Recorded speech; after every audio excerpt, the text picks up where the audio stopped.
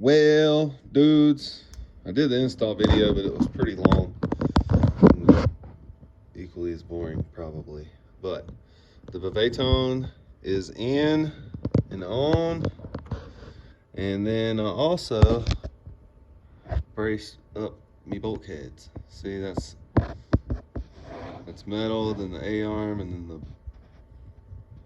the bulkhead piece, and then the shock tower, and then more bulkhead, and then metal, and then the A-arm with the Rumpa pins in it, RPM. But yeah, that's it. The Vivaton went in good. I have a metal link for that, but I don't know if I'm gonna put it in yet. But went in great, easy peasy, beautiful.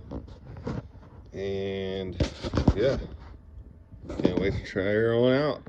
When I braced this up, I had to Dremel out the top of the bulkhead to get that to fit. You can see right underneath there, that's the bulkhead I had to grind.